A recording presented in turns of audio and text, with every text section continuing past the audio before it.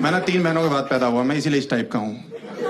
हाँ, 3 बहनों के बाद अगर आप पैदा होते हो ना, तो मतलब काफी प्रेशर होता है घर में, लेडीज बहुत ज्यादा हो जाती है। माँ हो गई तब दादी भी हुआ करती थी। हाँ, लेकिन बहुत ज्यादा होते हैं, मतलब हाँ सही में, मतलब उसके मतलब क्या होता है ना, टीवी जो होता है ना, उस पर आपका कोई कंट्रोल नहीं होता। आप देखो है, क्योंकि घर की जो औरतें हैं ना, इनको कलेश देखना है टीवी पे। इनको दिन भर करना कलेश है, और रात को जिस चैनल पे रोना चल रहा होता है ना, ये पहुंच जाती है वहां पे और रोने लगती हैं। आपको पता है, आपको पता होगा आंटी जी। नहीं, ये नहीं, कलेश वाली बात नहीं, वो तो मैं समझ रहा हूँ, कलेश तो बैठा हुआ आपके बगल में, ऐसी कोई बात नहीं।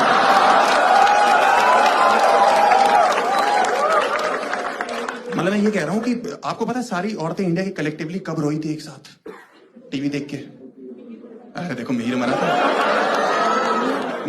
था भाई साहब, सारी रो रही थी, और हम छोटे थे उस समय, हमें तो पता भी नहीं था। हम स्कूल से घर पहुंचे, मम्मी खाना खाना, घर पे मातम मना हुआ है। सारी औरतें आए, चला गया चला गया चला गया चला गया चला गया। मैंने कहा मम्मी क्या हो गया? कह रही बेटा सब खत्म हो चुका है। मैंने इधर उधर देखा, मैंने कहा पापा कहाँ है?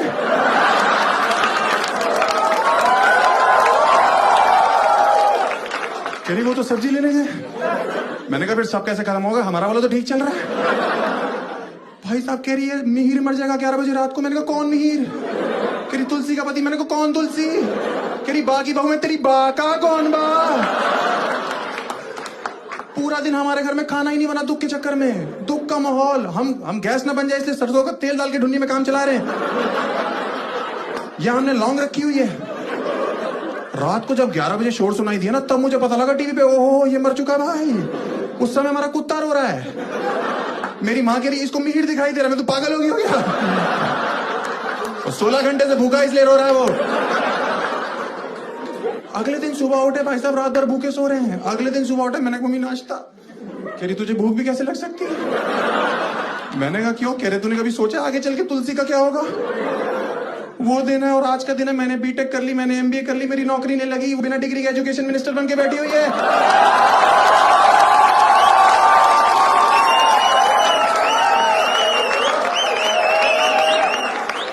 उसको हमारा ध्यान रखना चाहिए। और वो मिहिर जिसके चक्कर में एक दिन का व्रत रखा था, वो ऑल्ट बालाजी में सेडक्टिव सीन्स करने में लगा हुआ है। आप लोग रियलिटी शोज देखते हो? रियलिटी शोज देखते हो? छोड़ दो, क्योंकि रियलिटी शो सार्वजनिक चूतिया काट रहे हैं सबका। हाँ, क्योंकि देखो इंडिया में इतना गरीब है नहीं जितना डांस इंडिया डांस के एक सीजन में आ रहा है। भाई साहब कितनी भज्जर गरीबी आ रही है उसमें। आप भाई साहब आपने देखी है? आपने तो रिलेट भी करी होगी मुझे लग रहा है। मुझे पता शक्ल सब कुछ नहीं होती, दिल अच्छा होना चाहिए। मुंह बहन चो लौंडे का गिलहरी जैसा हो, कोई दिक्कत नहीं है भाई। कितनी गरीबी आ रही है यार उसमें, भज्जर गरीबी यार। और आपके पेरेंट्स उसको देख के इमोशनल होते हैं। मैम आप देख के इमोशनल होते हो? मेरी माँ तो मुझे पीछे से मुक्के मारने लगती है, बहुत मुक्के मारती कि देख वो कितना गरीब है। उसके फादर रिक्शा चलाते हैं, वो कहां से कहां तक पहुंच गया। अरे उसके पापा लेके गए होंगे वहां से वहां तक रिक्शे पे।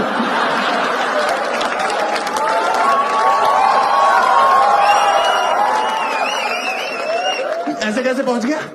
हमारे बाप भी तो वकील है, हम 2 बार जेल जा चुके, आपने तो कभी तारीफ नहीं करी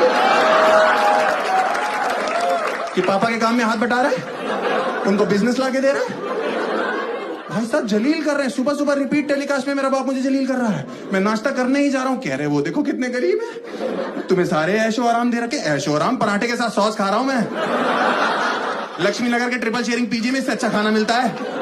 समझ में आई? कौन से ऐशो आराम की बात कर रहे हैं भाई आदमी? कौन से? 3 बहनों के बाद मुझे निकाल दिया। इतने प्रेशर में जिए हैं, जब देखो बहनों की शादी, बहनों की शादी, बहनों की शादी। मुझे तो कभी कभी डर लगता है मेरी एक बहन 6 शादियां करेगी क्या? गरीबी की रेखा क्या इस बार रहा हूं, या थोड़ा सा इस बार आ जाता था, जरा सा इस बार आता था, मेरा बाप सामने जा जाता था, बहनों की शादी करनी। मैंने कहा जा रहा हूं यार इस बार, यही रहता हूं मैं।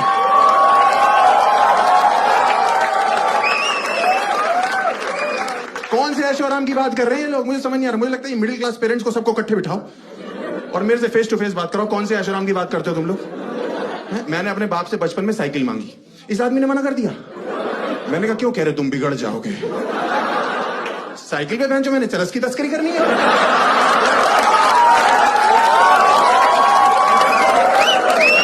आप बताओ मोहल्ले का कौन सा वो लौंडा है जो साइकिल के टायर के बगल में, छुच्ची के बगल में बैठा कि छुच्ची खुलेगी, हवा आएगी। मजा आ गया। क्या छुच्ची थी?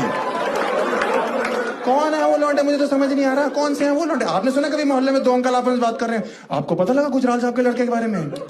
सुना है साइकिल चलाते हुए पकड़ा गया। तो दूसरे वाला भी गधा जवाब दे रहा, हमने तो एक दिन रंगे हाथों पकड़ लिया था, हवा भरवा रहा था। मतलब मुझे समझ नहीं आता यार ये कौन सी बातें कर रहे हैं। मैंने इस आदमी से बचपन में बोला कि पापा मुझे मेला दिखाने ले चलो, इस आदमी ने मुंह पे मना कर दिया मेरे को। कह रहे क्यों जाना मेला? मैंने कहा मुझे वो फूक मार के जो बुलबुले निकलते हैं वो बहुत अच्छा लगता है पापा। इस आदमी ने मुझे घर में निरमा खोल दिया। और पता नहीं कौन सा यंत्र दिया, मैंने फूक मारी, वो अंदर ही चला गया मेरे। मैं एक हफ्ते तक निरमा की डकार मारता रहा। आप विश्वास नहीं करोगे मेरे सूसों में झाग आ रही थी।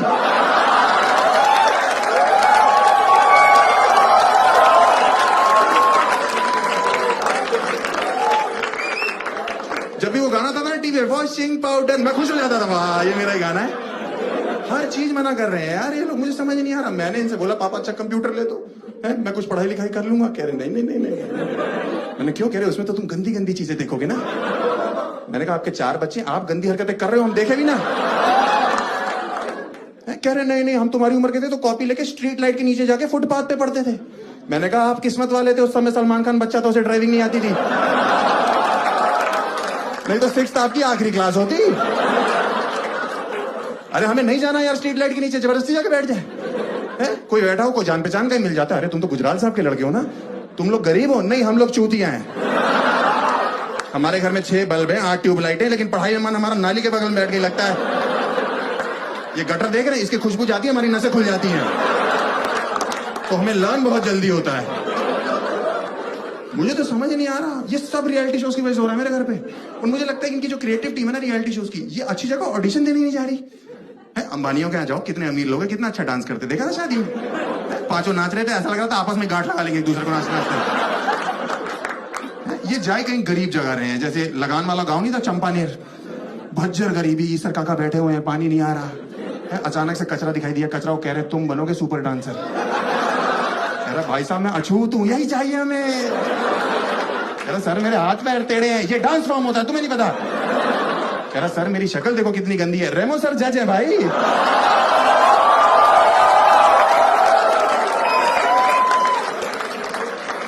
अचानक से एक लड़की चाहिए हमें एक लड़की चाहिए, अचानक से लड़की दिखाई दी, बीच में खुजली कर रही बैठ के, सर में जुएं चेक कर रही है अपनी ऐसे करके। बेटा तुम्हारा क्या नाम है? सुरैया, बहुत ही गरीब नाम है, आ जाओ आ जाओ आ जाओ। तुम तो नाम से मार दोगी ऑडियंस को यार, इसको ट्रक में बिठा भाई।